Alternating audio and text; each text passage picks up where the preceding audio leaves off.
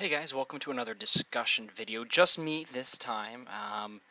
I wanted to follow up on a few things that we talked about in the last discussion because it actually got pretty good feedback from some of you, and a few things Skatem and I had questions about that are now answered. This is the next day after watching that last night and staying up way too late.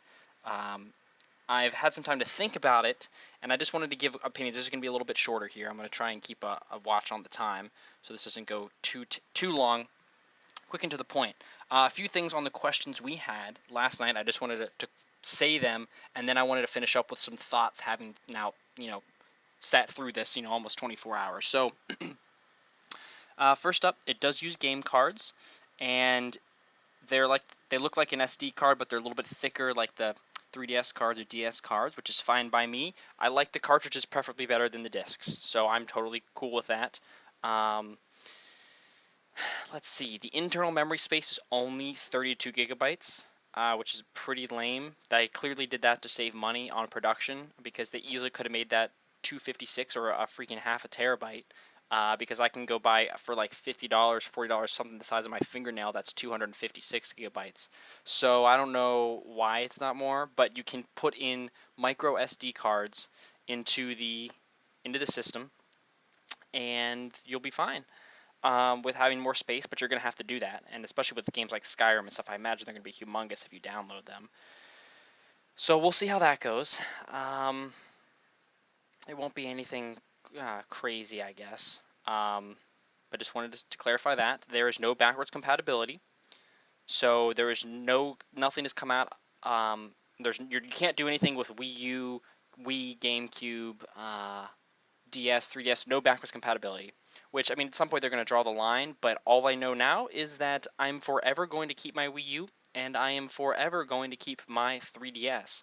And that is because the 3DS has got all the backwards compatibility of all the money I've spent over the years from DS, DSi, and 3DS, and Wii will be all the years of, or the Wii U, of the Wii U, the Wii, and GameCube, basically. So you think about all of that time that was, that's like 10 years of video games I've purchased in a library I've kind of built up digitally, as long as, physical, but mostly the digital stuff, which was very nice that they had that backwards compatibility, but I'm going to keep those systems forever because I've got so much money invested in that digital library that I'm really going to keep around forever, I guess, to put that simply.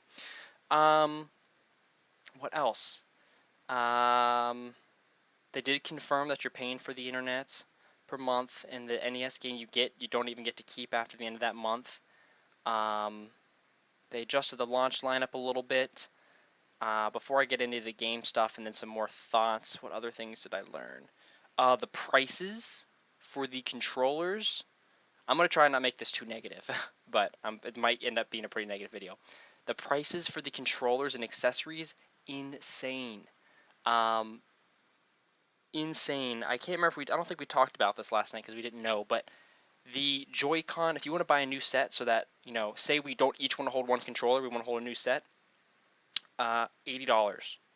$80 for a new controller. I understand that like Xbox is 60, and I think if I remember correctly, the Wii, and when I bought my PlayStation stuff, a new controller was between 30 and 40. You got the nunchuck for like 20. $80. You could buy just the left or right for 50 each. If you want the Pro controller, it's $70. So apparently this HD Rumble thing that's supposed to be special, that's the gimmick of the Wii U controllers, ridiculously expensive. And I don't think it's worth it, because who really uses that stuff very much? They always have like one or two games at launch that use this little gimmick of the controls, they did it with the gamepad and the 3D, and then everyone just doesn't use it because it's just a little gimmick and the developers don't like to use it. And it just makes the system really expensive. So they should have where you can buy, you can buy a Pro controller or some Joy-Con that don't have these fancy things in it just to have an extra controller to play with and it not be ridiculously expensive. Because, and also the little puppy dog charging base deal for your Joy-Con new ones that you buy will also cost you, I think like $40, $30 or $40. So you're going to spend, if you want a new controller, you're going to spend like $110 on a new controller. Just so you can play multiplayer at your house for more than two people, or specific games just two people, which is ridiculous. Who's going to do that on a system you spend $300 on a game that you spend $60 on, and use Amiibo that you've spent $50 on? to play online on a system where you've paid a monthly fee.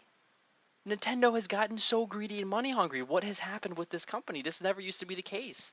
Um, but that's crazy to pay that much money to do all of that, and I am not putting forth that kind of money, especially because now, I will be honest, if there was a Pikmin or an Animal Crossing, and Zelda wasn't also coming to the Wii U, and there was this Super Mario 3D World thing, the new Super Mario platformer game looked, not like I'm running around in a city with humans in gray business suits, like, I would probably not care as much about paying the money. I'd be like, I don't care. I want to play these games. I'm a Nintendo fanboy, but I can't even do that.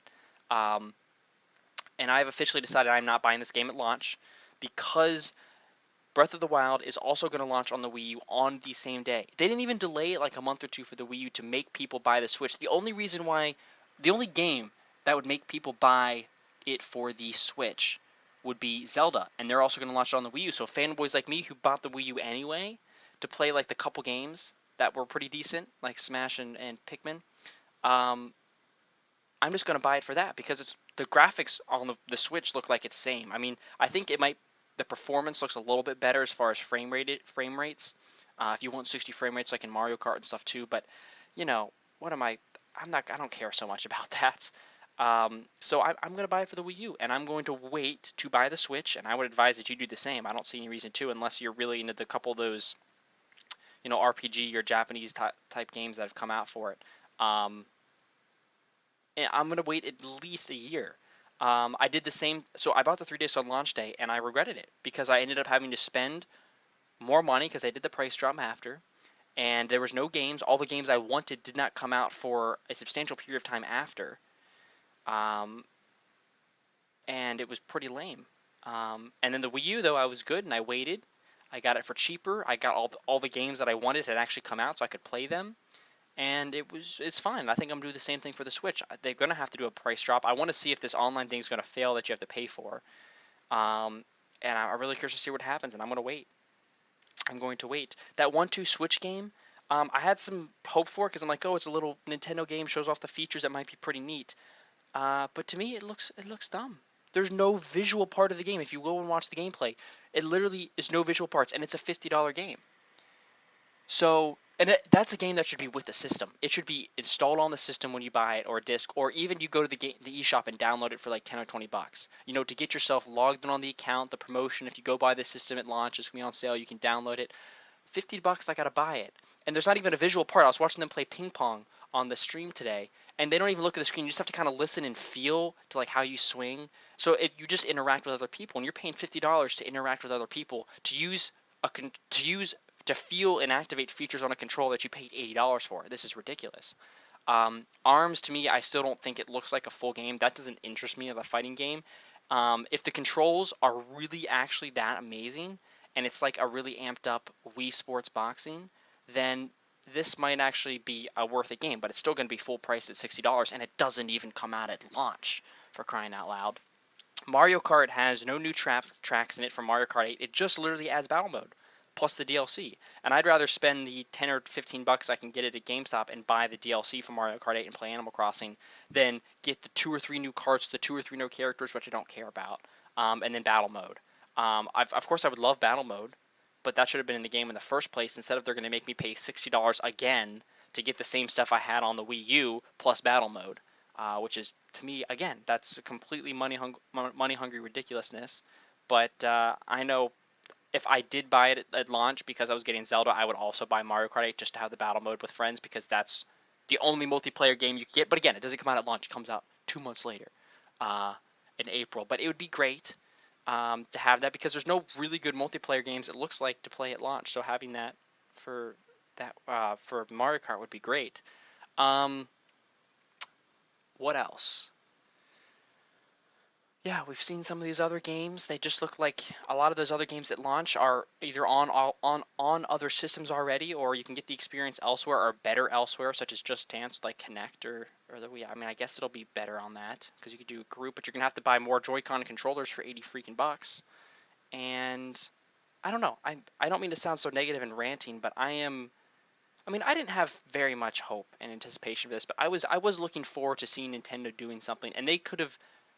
I thought it'd have to be really hard for them to screw this up. The hype of the first trailer, the rumors going on, which by the way, all the rumors were wrong. That's why I really didn't pay much attention to them.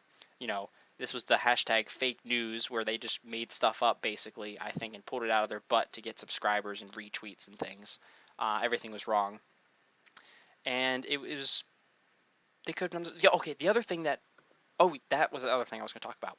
Miiverse is not going to come back, which I don't care about. I never use Miiverse. It's painfully slow. I don't understand how to post and do things. I just never figured it out. It's always slow. Like I tweeted, it's like every time I use it, I felt like I was browsing some horrible internet website in the 90s, trying to like navigate around it. So I never used it, and I don't really care that that doesn't exist anymore.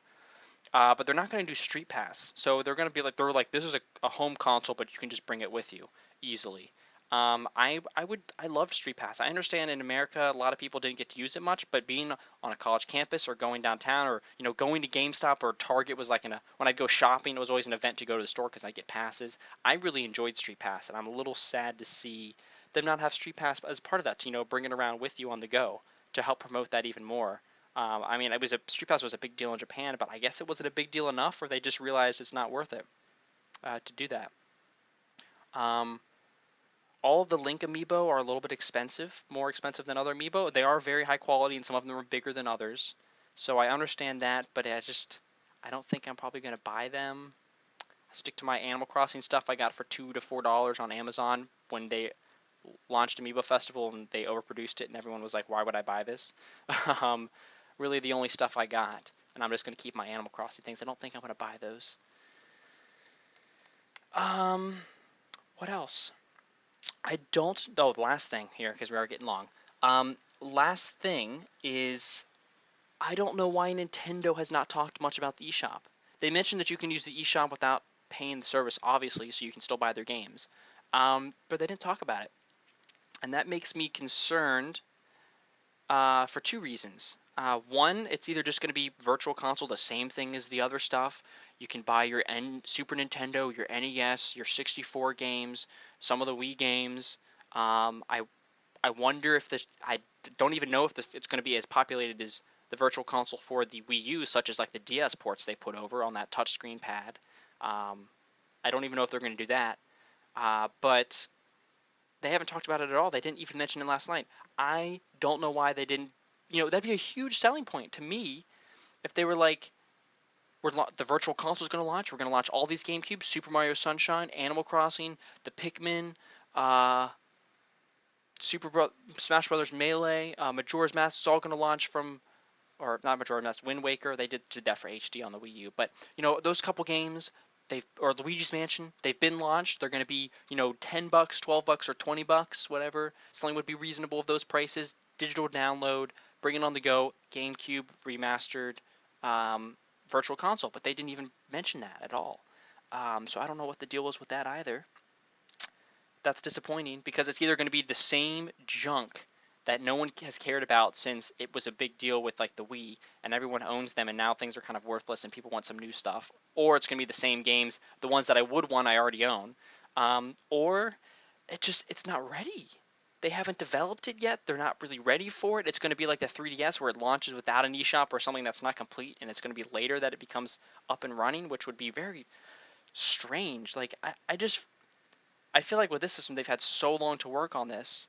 Um, I don't know. It did just make me nervous that this launches in a month and a half, or almost 2 months, and we have just now learned all this stuff, and I'm having all these concerns. I don't know.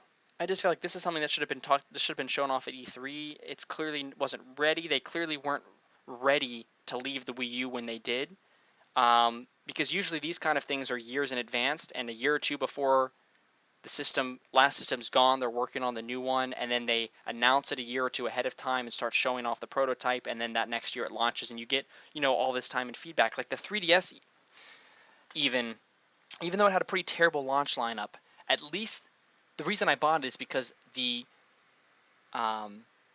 let me finish my last point before I move on. That this just hasn't launched anything good.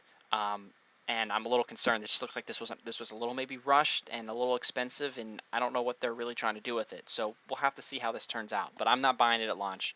Um, and my last final thought is even the trailer at the end where they showed all the games coming to it. We saw some new games we hadn't seen yet, such as Minecraft. Okay, who cares? But a couple other games that we hadn't seen yet, but we saw like a trailer of them too. But none of them were the big Mario stuff or the big Nintendo names. Um, when they did it, I don't know if they thought they did it because they either just don't have the games ready or they did it because it wasn't good when they did it for the 3DS. But I remember them having that big trailer for the 3DS, and you saw like 20 games that were Nintendo big games. I remember seeing like maybe Luigi's Mansion, but I remember seeing Animal Crossing, and of course looking back at it now, Animal Crossing came out like years after they showed that at E3 because E3, 3DS, a year later almost, 3DS came out, and then it was like another year or two before Animal Crossing came out. And it was just one of those things where I saw all those games and I'm like, wow, they are working on Animal Crossing, on Luigi's Mansion, on these Mario ones, and there's all of these great games that are coming. Even though they didn't come out at launch, it made me buy it at launch because I knew those games were being worked on and coming. When they showed that lineup, there was none of that. There was no showing of any other first-party Nintendo games being worked on, or even good third-party games that would get me excited. Um, Other than the ones they had talked about. I'm talking new stuff that they didn't show that we know is coming out in the first 6 months of the system. There was none of that, and that I'm definitely not. I was like, okay, I'm definitely not buying it. I don't even know what's coming on the system, even if it's like prototyped stuff like it was for the 3DS. Give me some hint in the next 2-3 years. Is there going to be a Pikmin? Is there going to be an Animal Crossing? Uh, is there going to be a Smash port combination of a big pack of that? What's gonna come to it? They didn't show any of that, so that makes me think all of those games are so early in development that they're either not in development at all, or they're just not very far along, and they're not even showing that off. So there's that. I mean, I understand that's probably something they're going to hopefully show at E3. If they don't show that whole stuff for we only know what's happening in 2017.